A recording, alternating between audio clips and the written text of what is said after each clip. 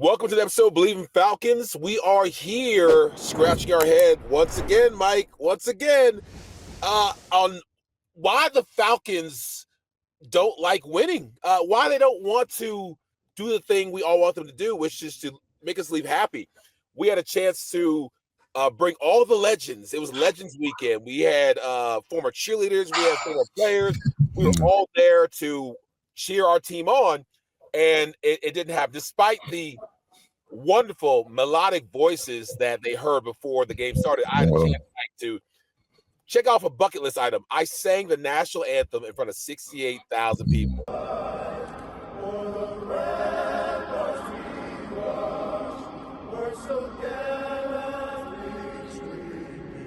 that was the attendance.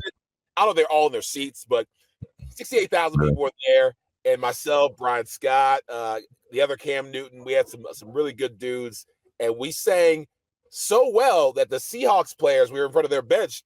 Some of them get off their benches, like 4, 5, 6, 7, came off, was dapping us up, saying, we thought y'all was going to bomb. We thought y'all was going to mess up. But that was actually good. So we started the game real well on a high note. And we were even 6-6 at halftime. Yeah. And then it fell off the rails, and the Falcons gave a performance that some would say may put the nail in the coffin for Raheem. I still don't think so, because we could do worse. But the game was one where people were leaving the stadium by beginning of the fourth quarter. It was a blowout. It was embarrassing. It was something that, unfortunately, the Falcons have gotten used to.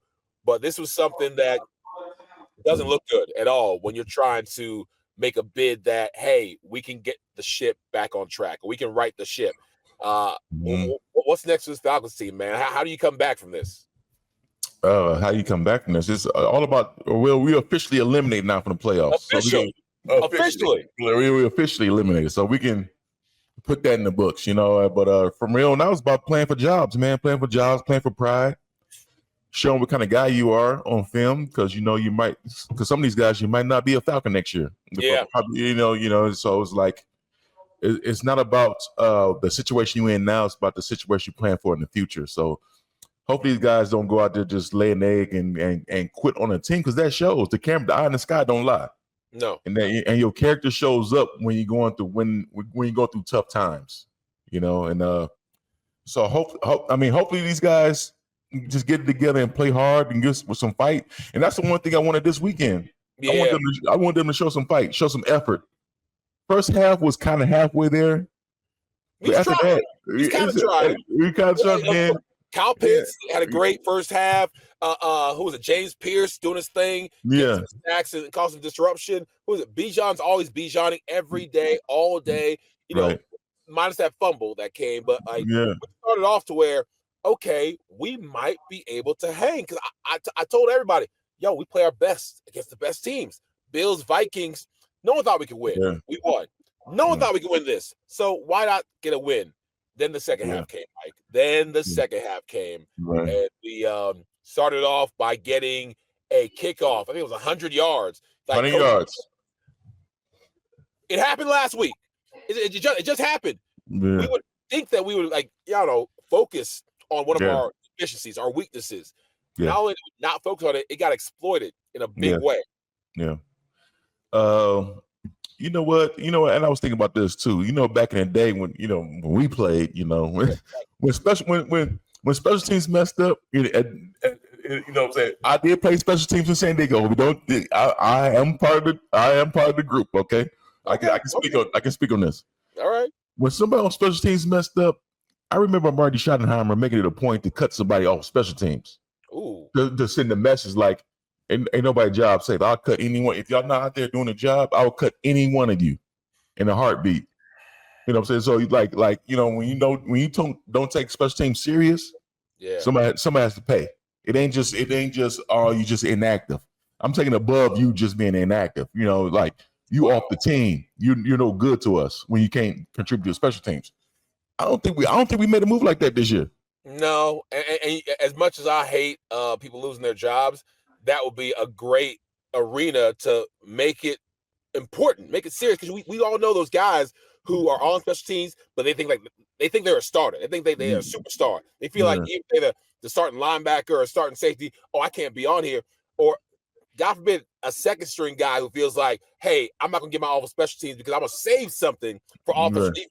Right. You cut one of those guys once, yeah, it won't happen again. It sends a message, man, and it sends a strong message. Like somebody, look, you kind of sent the message with the firing. I hear you. They said that was a whatever you call it, like a I don't know what it was. Some kind of excuse, like somebody had to take the downfall, whatever. Like I can't think of the term right now, but like old man or whatever. Yeah, the fall guy. He got to be he's the fall guy. They made him the fall guy. I'm mad about that because everyone's saying if you fired him off of performance, what the hell is the special teams coordinator doing? Right. That's my job. That's why nobody's believe it. No, that's why nobody believes it. I like Marquise, but Marquise has done worse than what Ike has done. If you're saying Ike was doing, and they asked Raheem, and Raheem's response, it was hard to make it connect because he said something about how it was something more about the communication of how he described what he was doing to help the performance, and everybody was just scratching their head like, just say you didn't like the guy. It sound like a politician, right? Yeah, it's confusing. Again, I'm not the coach. I don't know what's going behind the scenes. I just know if your sayings are based on performance, then keep that same energy when other people don't perform or don't do it.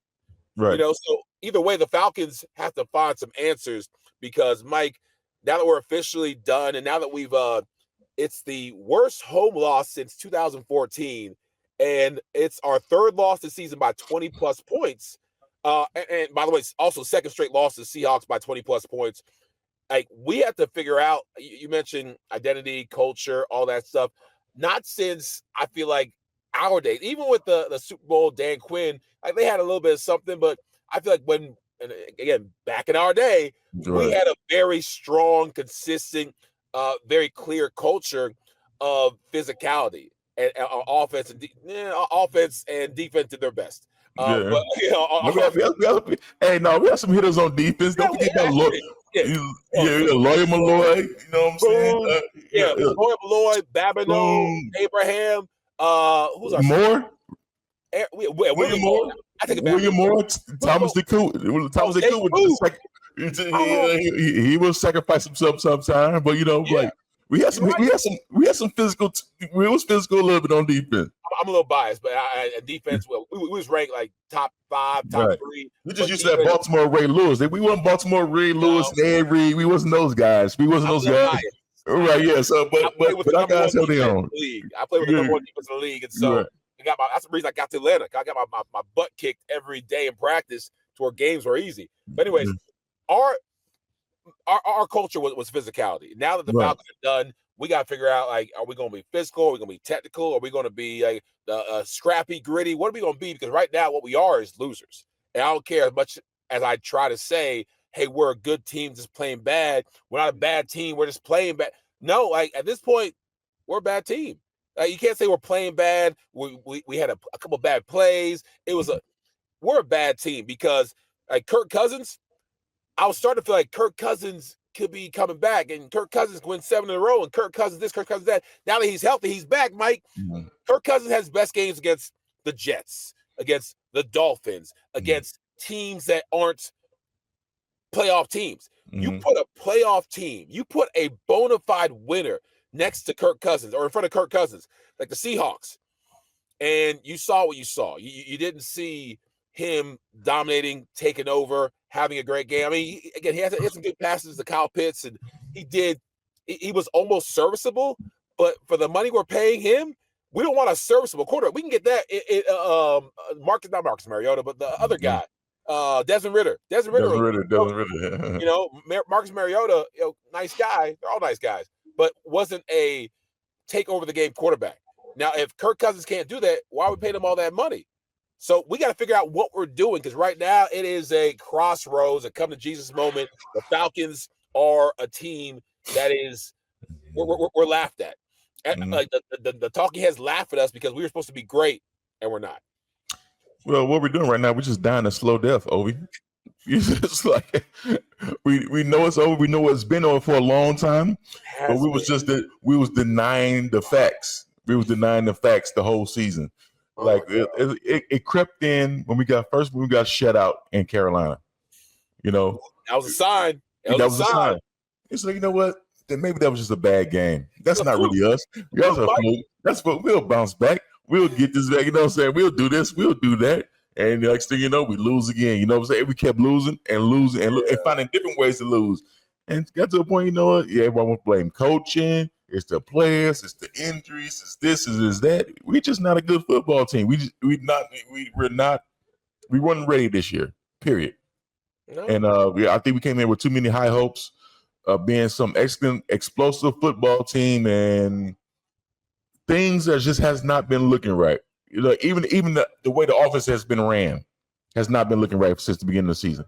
Yeah, we start off in shotgun every play. Now we're doing some under the center stuff, like things that the fans been begging for. Like, why are we doing this way? Like, it's like they being stubborn. They see the comments, they being stubborn. Like, no, we gonna stay in shotgun until we finally had to get under center or something like that. And then we get that going. And then it still ain't right. It still ain't right. It got better, but it's still not right. You know, it kept us in ball games a little bit, but still not right. And then we don't have Drake London too, so it's kind of hard to judge right now.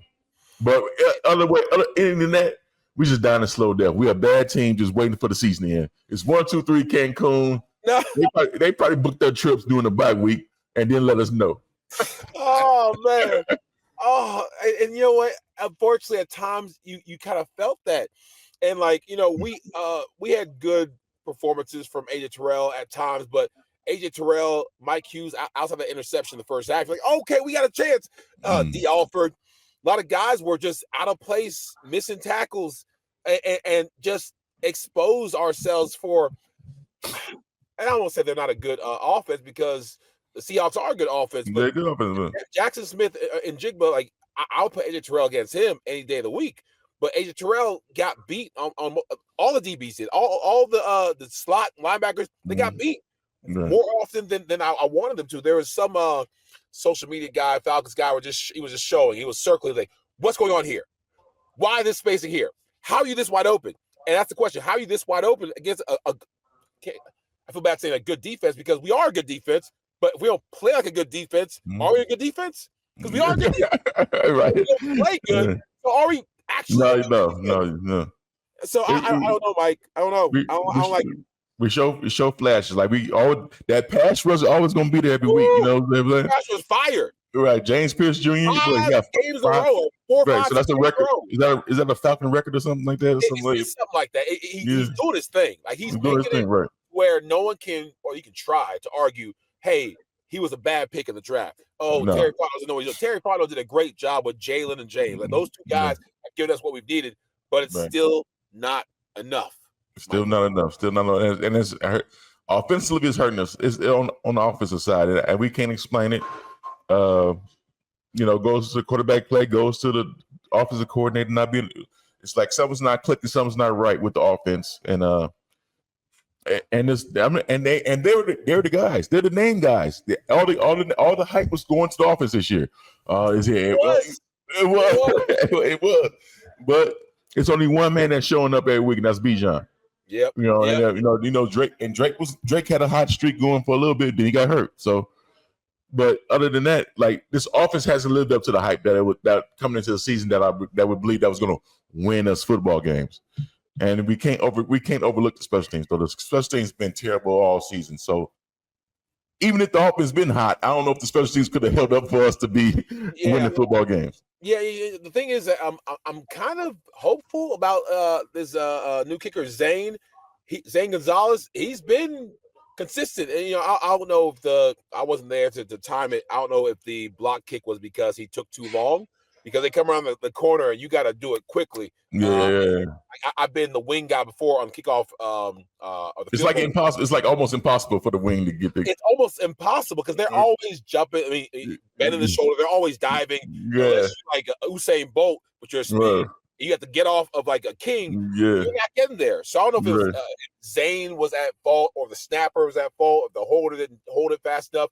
But I that's the only thing you can say that he was at fault for. But besides that, he's making 40-yard field goals, 45, 50-yard field goals. I'm like, this is great. Now, can he do it the rest of the season? He missed like one 50-yarder. But he's made everything else, which right. do and Parker Romo couldn't do. And imagine if we had good kicking, if we could have won those games. It maybe would have changed the season. Maybe wouldn't have changed the season. Who knows? But either way, we do know that Bleav in Falcons is presented by FanDuel. Don't bet on the Falcons. We can tell you that for you. That's a tip. Don't bet on the Falcons because right now we're figuring it out. I know titles Bleav in Falcons, but right now there's not much to believe in except for a couple players we mentioned: Pitts, Pierce, Bijan, and a couple of actually I don't know. You can't. No. It's hard to find a lot to believe in. But FanDuel said Bijan was going to make 4 yards a carry. What was the 4.5 catches? 4.5 catches. He only had two. He only had two. So FanDuel was off there, and that's just they just set the bar over and under. You could bet the under. Okay, you can bet the under. Yeah. Okay. Don't bet the over on that.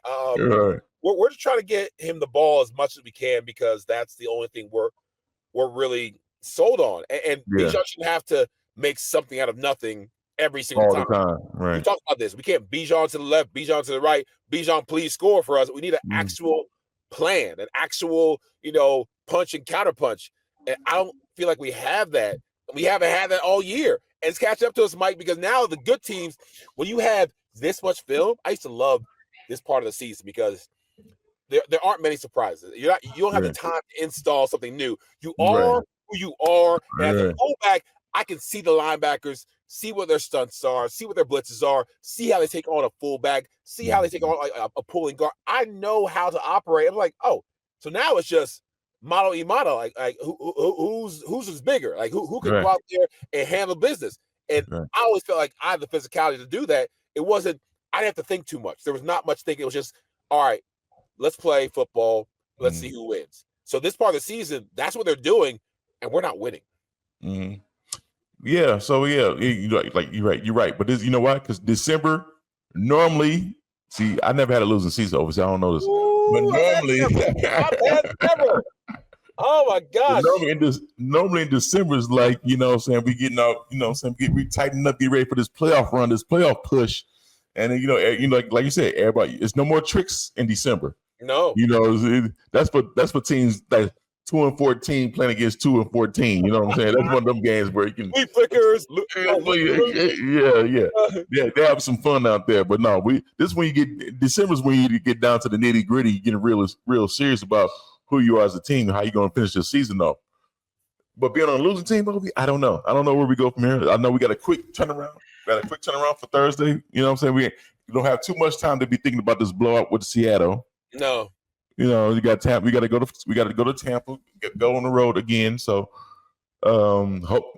I don't know what to expect at the team, Ovie. I don't know. But Mike, every freaking year, I've been doing this podcast for 5 years. This is your second year doing the podcast. We've been losing every single year, Mike. Right. I'm new to this. Ovie. I don't know this. This is new and it sucks. But like I'm in familiar grounds. The last couple of games, actually, I take it back. The last couple of years, we've had the ability to still eke out a win. Like it hasn't been like done. Like I remember like maybe at least 2 of the last 5 years. Maybe 3. Right. We've had like the last game. If we win this, we can sneak it to playoffs, but we need help. And we always could not win it the last 2 games. This is first time in a while to where we got 4 games left and there's no chance. No chance, right? There's nothing we can do. Early elimination. Why are we even playing the game if there's nothing we can do? I'm sure if the players, probably if the coaches could vote and say, you know what? We forfeit. We're done. We still get paid. Right. No. What are we doing? What are we doing, Mike? We're going out there and running around for fun. For fun. That's what it looks like, and it doesn't look that fun. They just running around. Yeah. It doesn't look that much. You know what I'm saying? Like so, we'll see, man. We'll see how they finish it off. But I tell you what, the Raheem regime looks like it's coming to an end. It's shaky ground again. I will die on this hill that I feel like you gave Arthur Smith, 3 years at least. You gave Dan Quinn 3 years. Give my boy Raheem 3 years. Don't stop now. Okay. Oh, we want immediate. No, we saw more play from those coaches too. Okay. I'm like, we need immediate action. We need to win now. Yeah. I get it. My whole thing, my pause to the people, I'm gonna get roasted. I know people want to fire Raheem ASAP. I'm just saying the next coach may be worse, and switching coaches like this ain't the best. If Raheem can maybe make some tweaks, special teams, OC, maybe, but I think Raheem off that Kirk Cousins 6-3 at that moment in time, it wasn't like, oh, Raheem's a bad coach. No, he just had, actually I don't know what it was, but I know that Raheem could create a 6-3 team. I'm saying give him a third year to make that happen. But what do I know? Yeah, what do you know? What do I know? Not much, actually.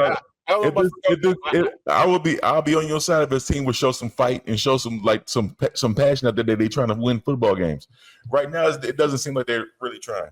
And so, show me some of these last 4 weeks that the guys that you didn't lose the locker room. These guys really believe in you and want to fight for you. Other than that, if we lose the next 4 games, Ovie, you can't. It's hard to. You're right. If we lose the next 4 games, we lose every one of these next 4 games, then I got nothing to say. I can't defend it. You're right. I got nothing to say because it's like you can't go 0-4 the last game because for real, the owner is watching to see is the team going to quit? Because most teams, the majority of teams will quit. The teams that believe in their coach, the teams that want to save their coach's job, the teams that want to really make a statement on, we're lost, but we're not defeated. No chance for the playoffs, but we ain't gonna lay down. That takes a special type of coach and a special type of connection with his players for them to fight like that. So Arthur Blank, Rich McKay, everyone is gonna be watching to see how they respond. I'm gonna be watching too. But Tampa Bay, they lost some games and they're upset. So this isn't going to be an easy game. I mean, no game is an easy game. We lost right. We don't have the luxury to say it anymore. We lost to the Panthers, who actually kind of good now. Right. They're looking at us as the easy games now. Right? Oh my God. Role reversal. We're now the easy game. We're now the speed bump. Oh, right. Oh, this should be easy. I might not even study for this. Oh. We're now the Panthers. We're now the Dolphins. Now you get it. Now you get the feeling. That's the feeling I'm getting. Like we're the easy team. We're the circle, the W. You know what I'm saying on the calendar. Like that's a W circle. You know what I'm saying? No fear. We strike no fear in nobody right now. Strike no fear. That's a terrible place to be because I just remember walking on the field and knowing that they were a little uncomfortable. Here comes Ovie and Mike. Here we go. Yeah, it's gonna be a battle. Here comes Harvey Dahl, Tyson Claiborne. Here we go. Oh my God. They did not want us to run to that right side with Harvey, Tyson, me, and you. Like it's a guaranteed 3rd-and-1 conversion. You give us 3 downs. We got 2 yards to go to. We score. We tell Mike Malarkey, hey, every single down we run 4 downs. Like we would go the lineman, man. It was fun because we knew our capability and we handled the business. But this team, they got to figure out what they want to do because it's going to be now or never. Now or never. Actually, it's actually past the time for now. Right? We missed that boat. But as far as like saving your coach, now or never. Now or never. We eliminated already. No, that doesn't make sense. No, I think now or never's back Dolphins week. Now or never. This is a must. How many must wins we have, Mike? I know we got here, but how many must wins? This is a must win. It's a must win. No, it's a must win versus a. Oh, we ran out must wins. We ran out of excuses. We ran out of excuses. Now we just fighting to get one right now. Let's get one. Don't end the season on the losing streak. Yes. Remember the 7-0 days? What if Kirk Cousins wins 7 in a row? Remember those days? Yeah. Good days. Good days. Good days, Mike. That was one day. That was a victory Monday.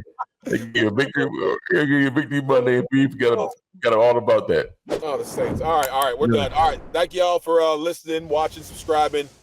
Make sure y'all tell a friend so we can get these followers up. And Yeah. we'll see you guys. A preview show for the Pack. We'll throw in a preview show for the Bucks. We'll see you guys soon. We'll talk. Yeah.